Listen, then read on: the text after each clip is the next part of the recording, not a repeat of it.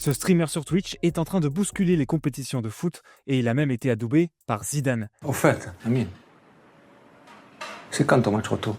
Lui, c'est Amine Mathieu et il est au cœur du projet Kings League qui débarque en France. On vous raconte. En fait, vous vous rendez pas compte à quel point on en reparlera dans 1 an, dans 2 ans. À l'origine, c'est un joueur de foot, un vrai, qui a l'idée de créer ce tournoi pas comme les autres, Gérard Piqué.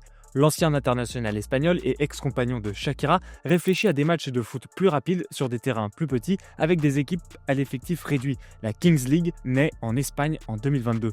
Mi-temps de 20 minutes, carton jaune avec expulsion temporaire, possibilité de recourir à des challenges comme au tennis, but qui compte double, remplacement illimité, bref, tout est repensé pour pousser le divertissement au maximum et ça cartonne. 3 ans plus tard, après avoir conquis plusieurs pays américains, la Kings League débarque en France pour un championnat organisé sur 7 journées à partir du 6 avril prochain. Côté marketing aussi, c'est un carton, la Kings League fait vendre, déjà parce qu'en France, elle a été mise en avant par des footballeurs professionnels, mais aussi et surtout par des acteurs ultra connus de l'économie de la création. On peut donc citer le streamer Amine Mathieu, qui en est devenu l'ambassadeur français, et le youtubeur français aux 19 millions d'abonnés Squeezie, qui vient de rejoindre l'aventure. Alors vous êtes prêts? Faut que je finisse premier, je te préviens. Mais qu'en plus ça va se battre, hein. Les 4 premiers du championnat, ils sont qualifiés directement à la Coupe du Monde. Mais moi je suis chaud Et patate. peut-être que cette fois tu iras à la Coupe du Monde en jouant quelques minutes. C'est pas incroyable ça?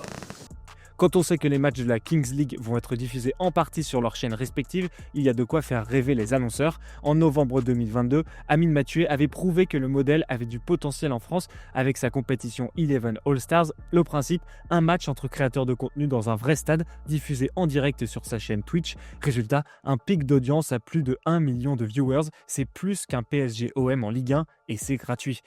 Adidas, McDonald's, Spotify sont déjà de la partie pour sponsoriser les compétitions de la Kings League. En France, le Crédit Agricole a pris les devants pour l'arrivée de ce nouveau championnat avec à la clé un juteux pactole.